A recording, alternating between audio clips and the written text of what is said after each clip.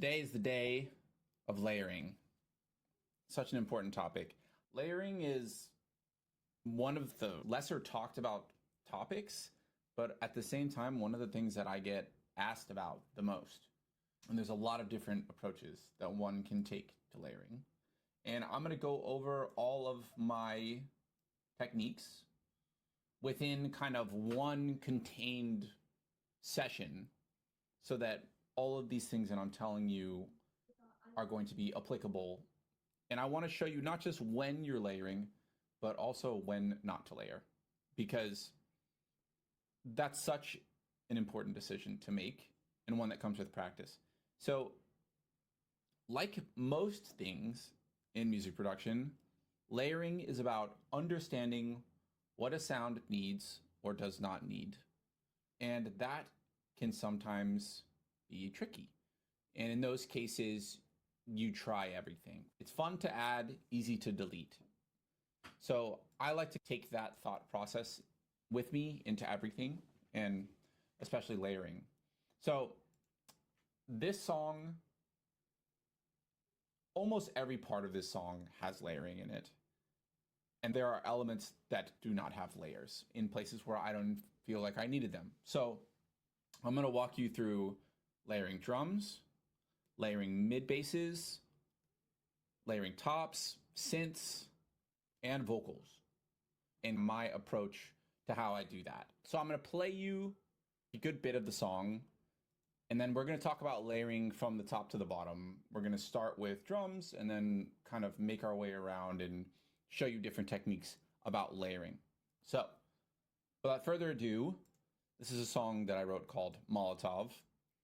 And while you're listening, try and put your thinking cap on, your producer hat, and listen for sections where you can hear that things are layered and where you feel like things exist on their own. So here we go.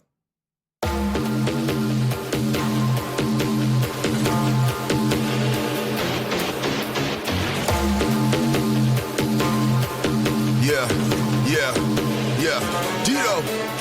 This hot flow, keep the candle lit. Boss moves, gargantuan. I'm a juggernaut, just metal shit. I'm too litty, they can't handle it. Back in my bag, back in my mode. Hitting the gas, out of control. Turning to ash, just like some cold. Within the blast, I'm snatching your soul. Be cautious, we monsters. Make mosh pit at your concert. We squash shit and we conquer. I'm high, like a Molotov. Be cautious, we monsters. Make mosh pit at your concert. We squash shit and we conquer. I'm high, like a Molotov.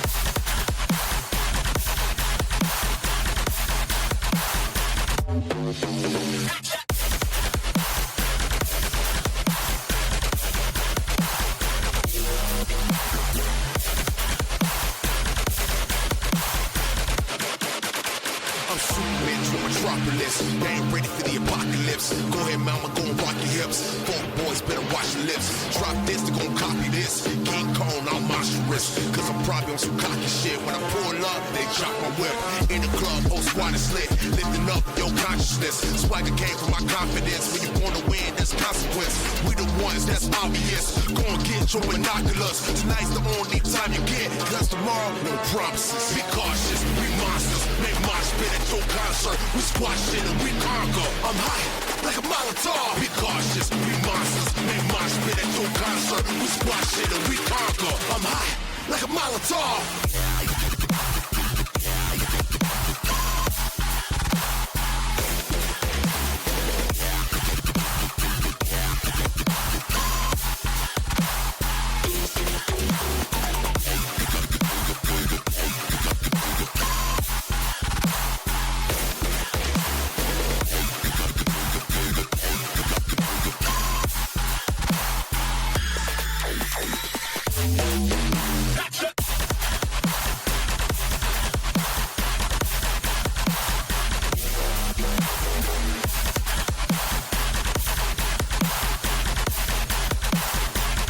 So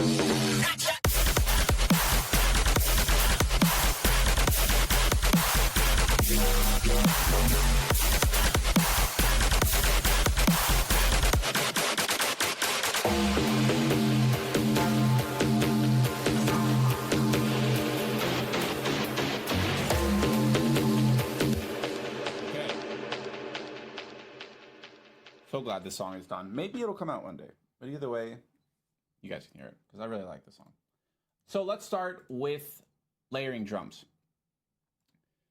So again, this is going to be the element that remains persistent throughout this entire lesson, which is analyzing, trying to understand, is the sound okay the way that it is? When I'm having that thought process, I'm always trying to lean that way. Like, did I make this sound good enough, or did I choose the sample that's correct enough to where I can say, I don't need to do anything? Nowadays, when it comes to drum samples and stuff like that, they're good. A lot of times, you probably don't need to layer your drums. Specifically kick drums. Snare drums, as you can see, I'm doing some layering here.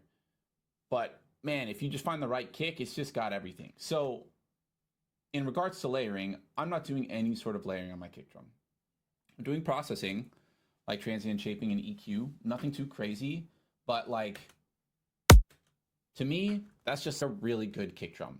It's got the punch, it's short. That's the type of kick drum I like. So I listen to this kick drum and I say, what could make this better? I don't know.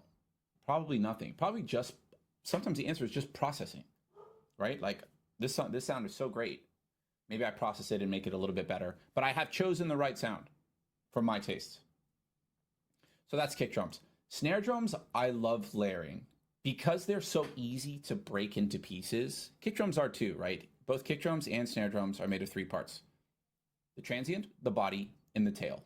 Now, if you wanted to split your drums, your kick drum and your snare drum, into those pieces every single time and control them all individually and be a super nerd about it, you totally could. And I'm doing that kind of here. So here's my main snare drum.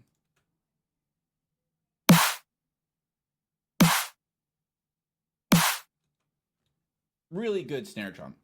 Great transient, nice and snappy, short though, right?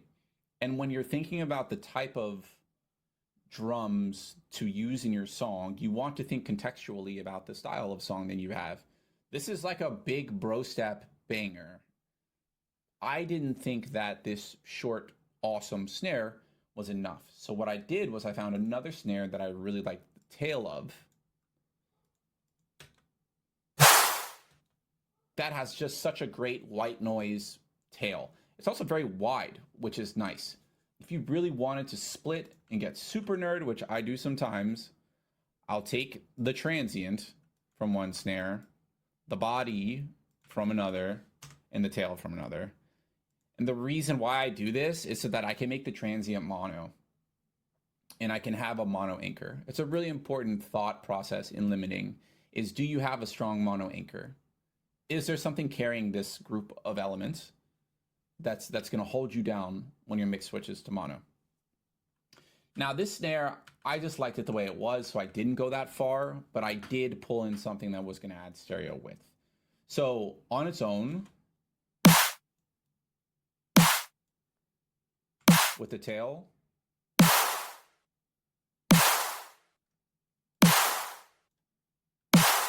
in the mix,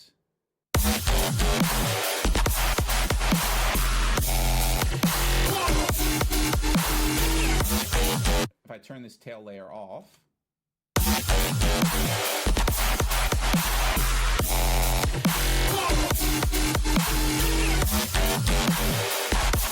yeah, it's just like, it's almost like a clap. It's so short. So I needed the tail there. So that was my thought process. It was analyzing, finding a sound that I like and saying, how can I make this better? What's it missing? All in the context of the specific song type that I'm making. Now, if I was to come in here and, I guess sound selection is a conversation for another day, but if I just put a trap snare in here, we'd have a different song. So it starts with having a really good set of samples, or if you're synthesizing your drums, that's great, but I chose not to do that here.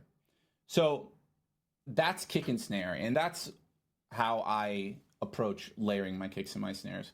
Most of the time, the kick is not layered, it's just processed. Snares, 95% of the time, I'm layering them because I just love a big snare, and that's just what I like. So, you know, if you were making maybe drum and bass where it's a small, little, tight liquid snare, you might not need a bunch of those. You might just need one, right? It's about really understanding and analyzing. It's all about analysis. I can't say that enough. It's about understanding what your genre likes and what your genre needs, and at a minuscule micro level, so that when you zoom out, it all sounds cohesive. We'll go into top loops as well to finish out the drum conversation. So this isn't just top loops. This is, and hi-hats and stuff like that. This is also my filler elements. I kind of group them together and treat them as top loops. If I solo this group,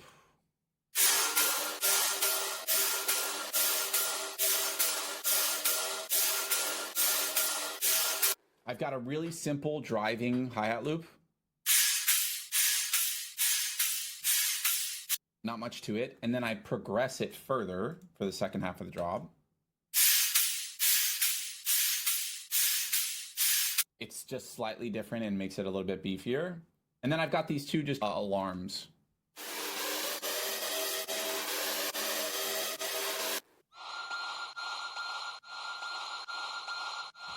And the reason why they're grouped in my hi-hats is because they have rhythm like hi-hats. So I treat them as such. Bum, bum, bum, bum, bum, bum, bum, bum. That's quarter notes, right? It's just like a tss, tss, tss, tss, but it has more energy. So I'm looking to fill out the top end of my drums with more than just more cymbals. This is a term that I use a lot with layering, is X factor layers. And that's just something that is a non-traditional layer, like putting a riser over a hi-hat, right? Instead of just adding more hi-hats. We'll probably talk about this in the synth section, but an X factor layer, when you're layering a stack of synths, is you've got all these super saws and synthetic instruments. The X factor layer is layering something organic, like a horn, strings, or a choir. That really will take that stack of layers to the next level. So trying to fit in what I'm calling the X factor layer, that random kind of non-traditional element, can really glue things in a really awesome way. So that kind of wraps the top end conversation. Now on to synths. So when we talk about synths, this song doesn't have a massive chord progression. It has a melody line. I guess I'll just play it with the mid-range bass here.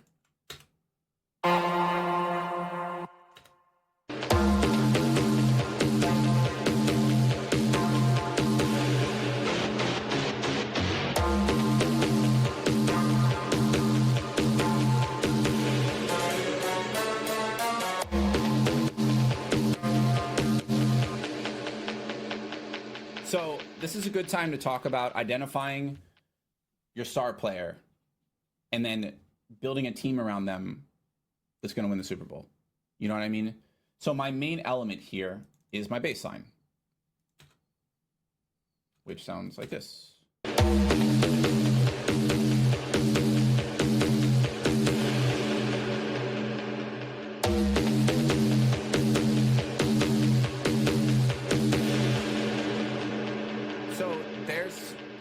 That's not enough, right? So I have this cool call and response thing, and we'll get to that in a second. But what I did here, and this is the most important part about layering synths and mid-range basses. These are the main things that what I'm about to say applies to. There are two main approaches to layering mid-range basses in synths. Number one, you're copying the exact same thing, the exact same MIDI, like something that looks like this, these two clips, and you're filling out the frequency spectrum because one of the sounds just doesn't have enough. Maybe it's too mono, or maybe it's got too much high end and not enough mid-range bass, right? That's what I call just stacking for size to make something sound bigger. That's approach number one. Approach number two is rhythmic support. And the most easy way to explain rhythmic support is in dubstep when you have a quarter note bass and a legato bass. Something's going bum, bum, bum, bum, and another thing is going underneath it. You're creating this rhythmic cohesion that makes things feel more full and big. So in this specific example, that's what this sound is. Now, this may sound totally pointless, but what it does is it almost acts like a hi-hat and something rhythmic to help things just push along and not feel so empty.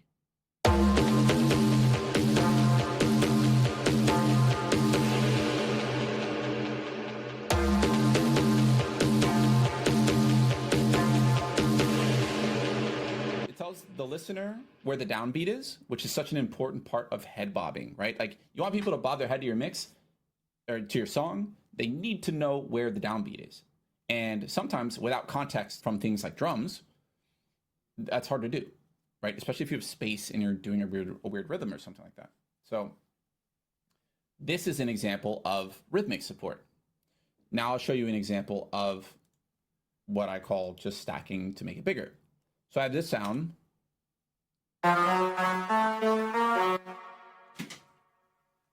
It's a cool sound, right?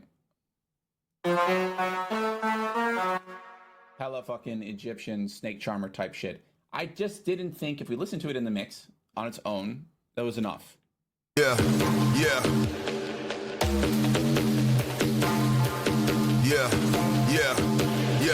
Dito, this hot flow, keep the candle. It's totally not enough. So what I did is I just duplicated the track and switched the patch. In this case, I found a cool little one shot.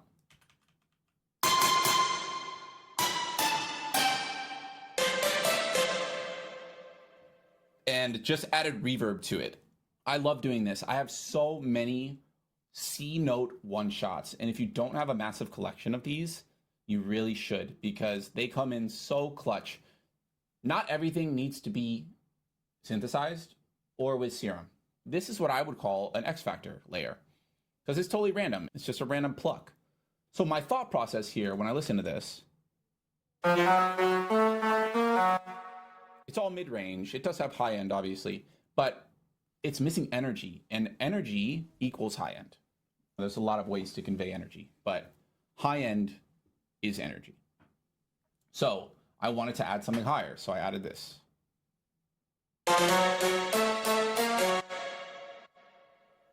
It's also playing a harmony, which helps. So all of these things together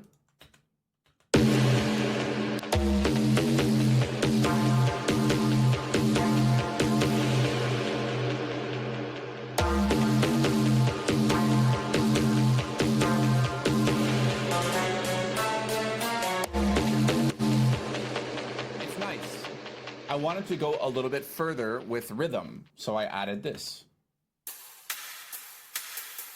It's a really simple top loop. Again, just kind of pushing everything. And then I found this atmosphere that I just like using stagnant atmospheres.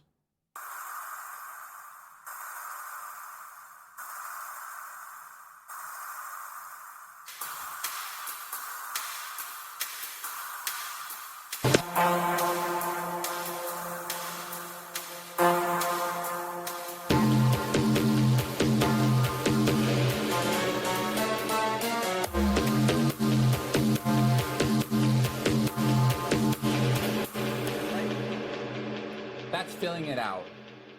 Now, these are the type of layers that you can't really hear them, but when they're not there, you feel an absence. Those are, for me, some of my favorite layers, because if you really, really listen hard, when you're not looking at a session, you don't know what you're listening for.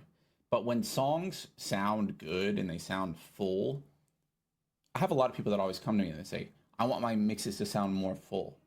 This is a good way to do it. Vinyl crackles, little woo, woo, just little things in the background, it's ear candy. It's just the extra stuff that you really feel and you don't know it's there. So that's my approach to layering synths. And also in part mid-range basses. We haven't gotten to the basses yet. We will in a second. But that's the thing. Is it a rhythmic layer or is it a copy to make the thing sound full? That's really where the conversation starts in your head when you're saying, okay, I've decided to layer this. Now what? Do I duplicate and change the patch? Or do I find something completely different? Which leads me to probably the biggest topic of this and the ones that people are most interested in, which is layering mid-range basses to make your drop sound really full. I do a lot of layering all the time. And I just want to go through a few of these pieces and walk you through it. So the first thing I'm going to do is just going to solo the mid-range group and play the drop alone.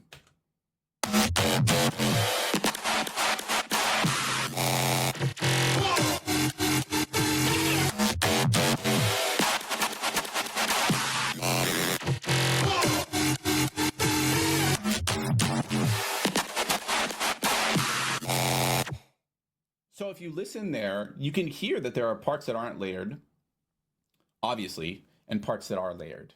So this first bass, right?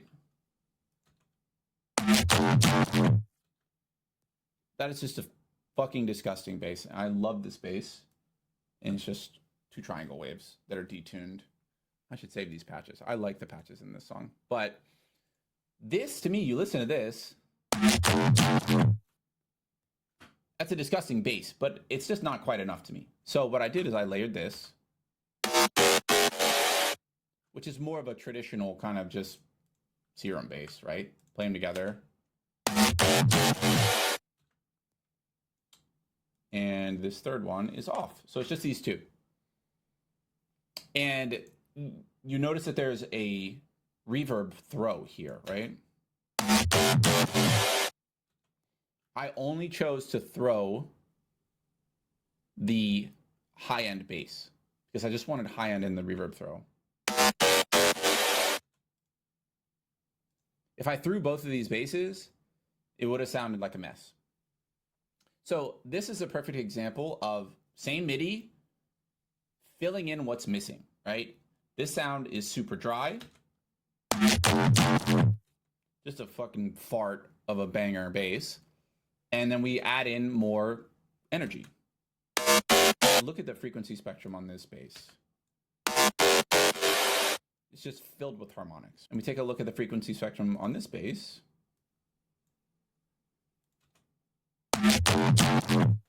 It has high end, but look at the mid-range. That's where it's at. So I'm like, okay, this is all mid-range stuff. Let me get some grit in the high end. Just trying to fill the empty spaces. So that's that bass. And then we listen to this main bass. This bass, I love this bass. It's just noise. It's atonal, it's noisy. That's the vibe. But this type of bass needs a layer. It needs a mid-range layer.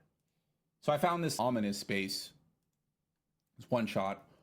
A lot of times when I do layers for girth and trying to make something sound more full, I'll just find a bass one shot and just layer it and tuck it underneath. You can't even hear it. So this one is also high end, but I loved the robot-y thing about it, you know? So together,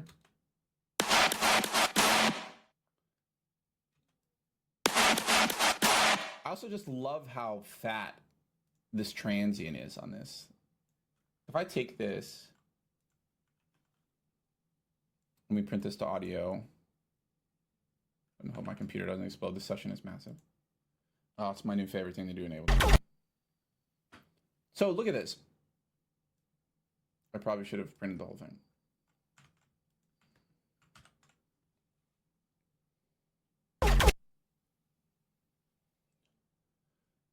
look at the difference. I love looking at audio. You can tell so much about what's going on with audio, right? I have nothing here. And look at the dankness I have here, right? Like, boom. We can put these together. That's a good looking bass. But look how noisy this is, right? This looks like sine waves and wave cycles to me. So this bottom layer is going to give this layer more body, even if it's a high-pitched sound. It's got this texture to it that just is going to fill things out, because this is normal. Just so you guys know, this is a normal looking waveform. This is an abnormal batch of noise, you know? So that was my thought. Again, we're analyzing. We're saying, cool, what are you? This is my lead. You can see that the ones on top are always this, what I call your star player, right? And the ones below them are there to support. And then I've got a few basses here that stand on their own. All one after each other.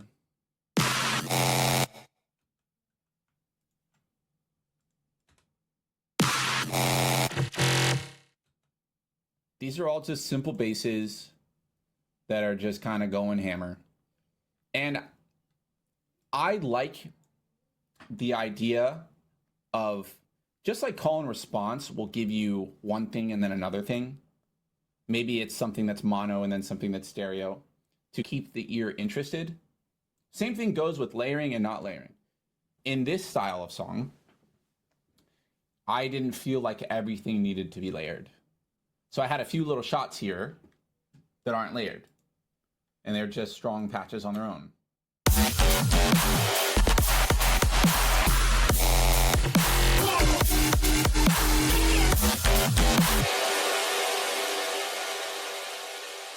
All right, any questions so far?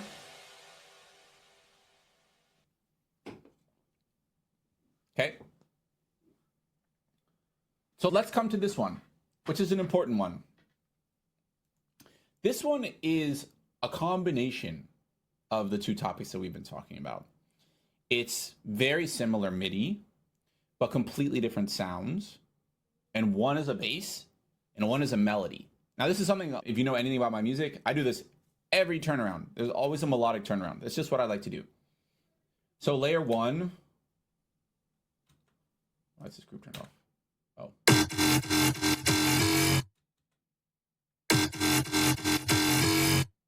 Really simple wavetable bass here.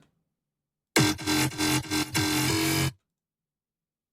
if we listen to it on its own, that's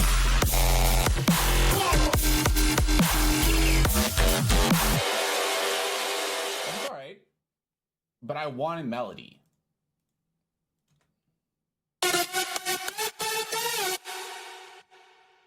So I got this serum patch. Again, it's just two saws, but layered together. Now you can see the MIDI notes rhythmically are almost identical, right? It's like some combination of them. Oh, there's an extra one here. There's an extra one here. And that to me will just create this, right? I printed it to audio. The reason I printed it to audio was so at the end here, I could chop it up. I don't know why I wanted to, I just did.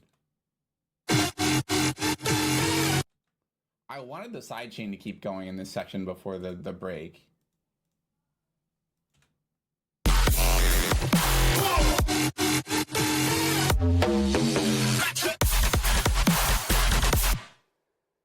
Now to finish off this layer are these two shouts, which is old school dubstep shit. But all together,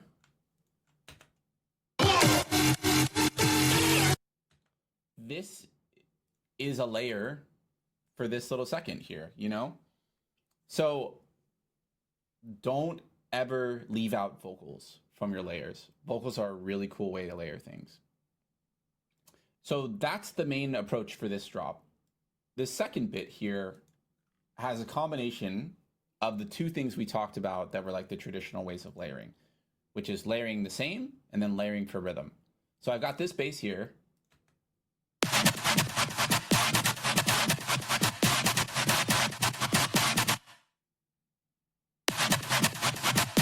it's more of that noisy bass. And then I layered the same ominous thing here.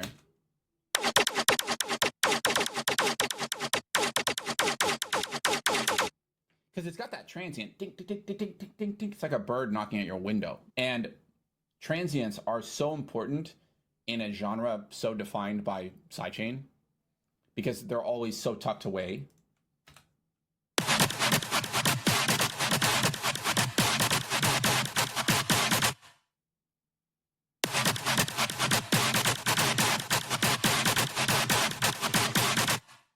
And doing this is so tedious.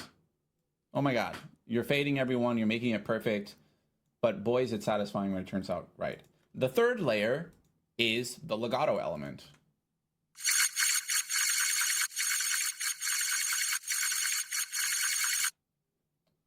Just solid strength texture. It's almost like a wall of white noise. It's not white noise, it's far more than that. It's frequency shifted serum patches basically. But having them all together, like when I'm like, oh my gosh, my drop sounds empty.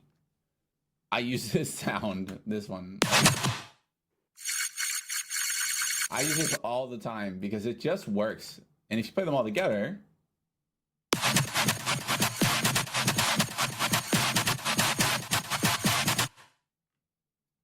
it just sounds great. I love this layering technique. So sometimes it's not one or the other, it's both, right? You're trying to make this massive wall of sound, which is this type of song. And at the beginning, the call, where art thou, is a combination of effects in a vocal.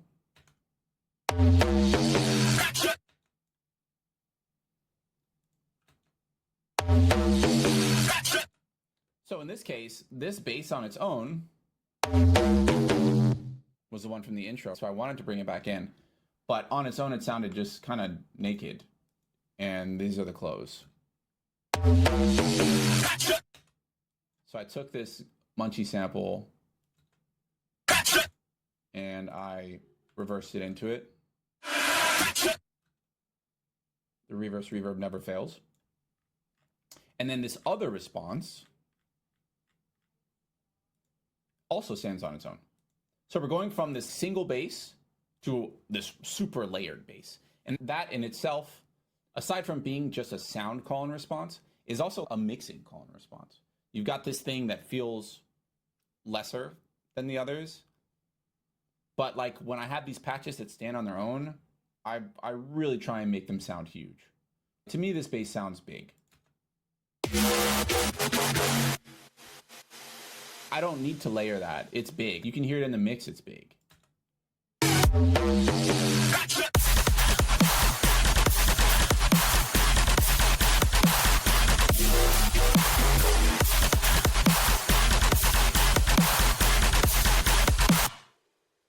So going back and forth, realizing when sounds don't need to be layered. Again, if they don't need to be layered, do not layer them.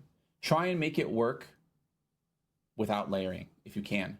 Because all you're doing is just adding and adding and adding, which is, like I said at the beginning, super easy to do. But how effective is it? It's just adding more work for you. You got to mix more. You got to make it all fit together. They have to sit in the right frequency spectrum, all those things, right? And that's not always what you want to do. And then there's just the classic, this chant I use in every single song. And combine them all together and you've got this filled thing.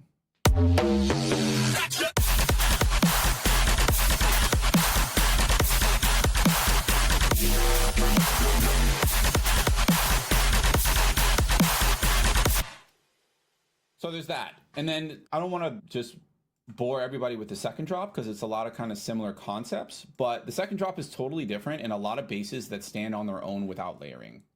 So we got the freaking banger Yoy Boys, right?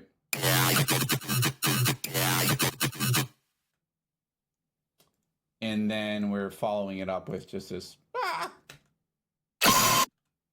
And I'm layering this by bringing in the next element early, which is this.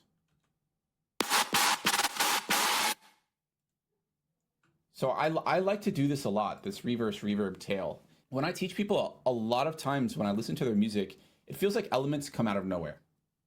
It's surprise, new bass, surprise. This is a way to help things feel like they're flowing. There's an ebb and flow to the way that you're introducing more musicality into your songs. So just taking the first little millisecond of your song and putting a bunch of reverb on it and flip it in reverse is a great way to do that. And it acts as a layer for this ivory thing.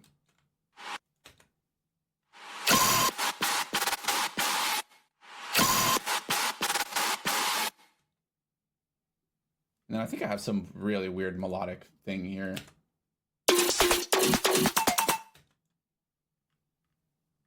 To match the horn turnaround.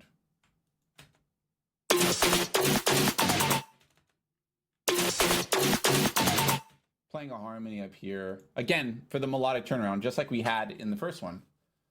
I've got these just chopped up single audios.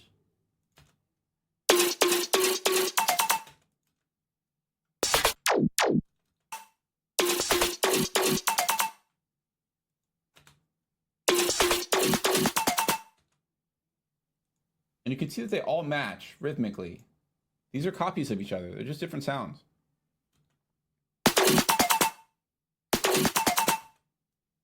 Like this. And this. They sound like they're supporting layers of each other. So. And then at the end here, I think I just added Goku. This is a long clip of Goku powering up, I think.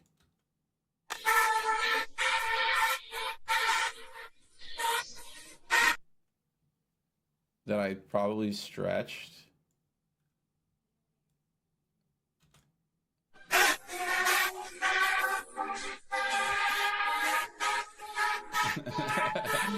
Don't be afraid to use anime people screaming as risers. Just stacking risers like this and making fills like this is so fun to me. I think I spent a really long time just on this section just because I was just enjoying myself. Like I think I took these out, but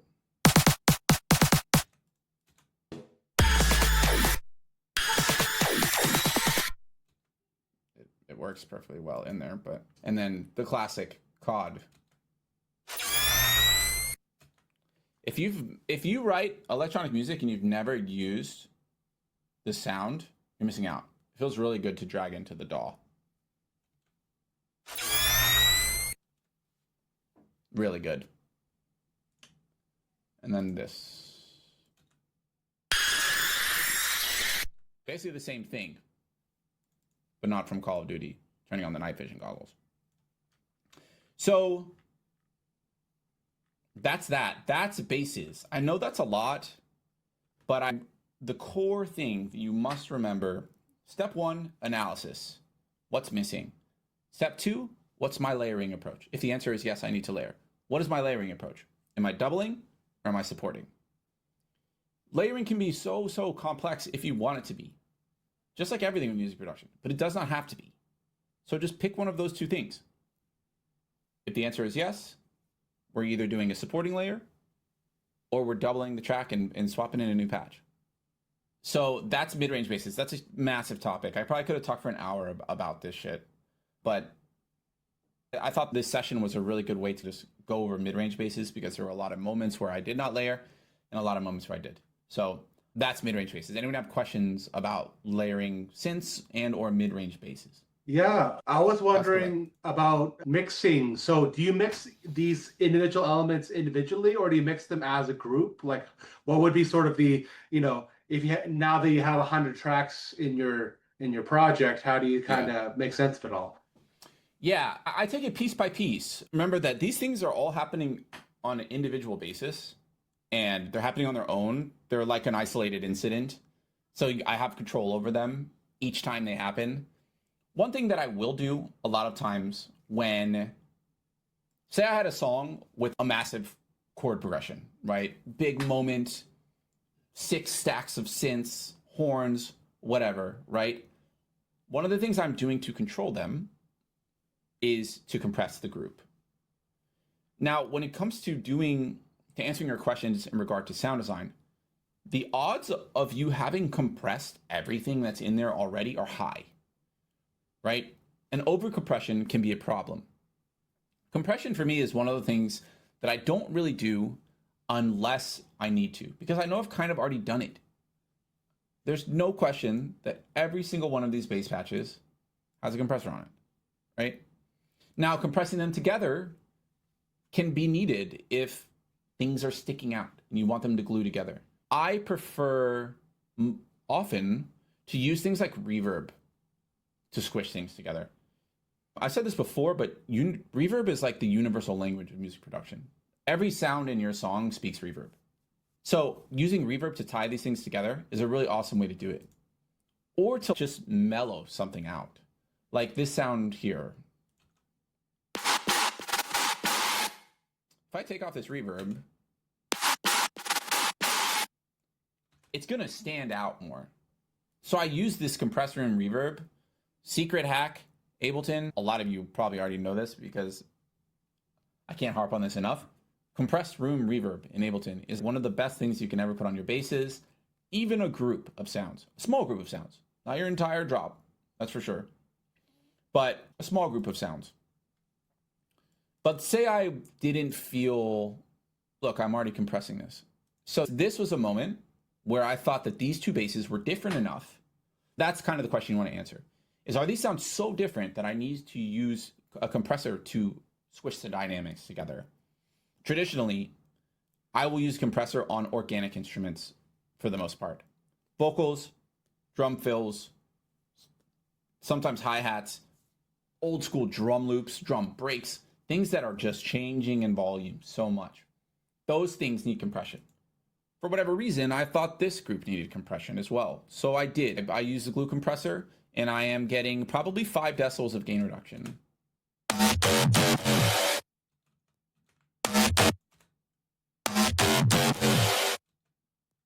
You can't even really hear this.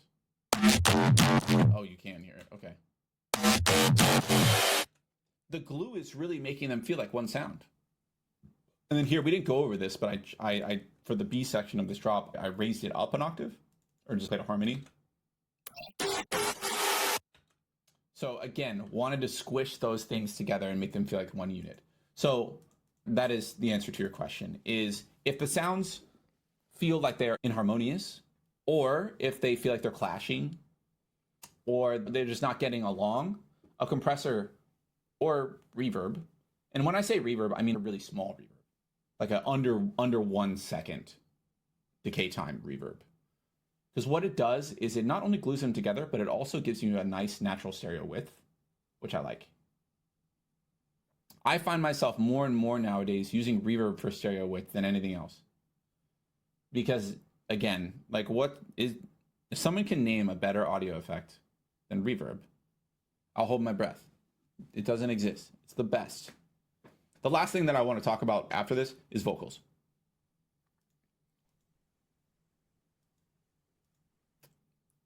Vocals are pretty straightforward. It's the same kind of concept of picking a hero and then you have supporting elements.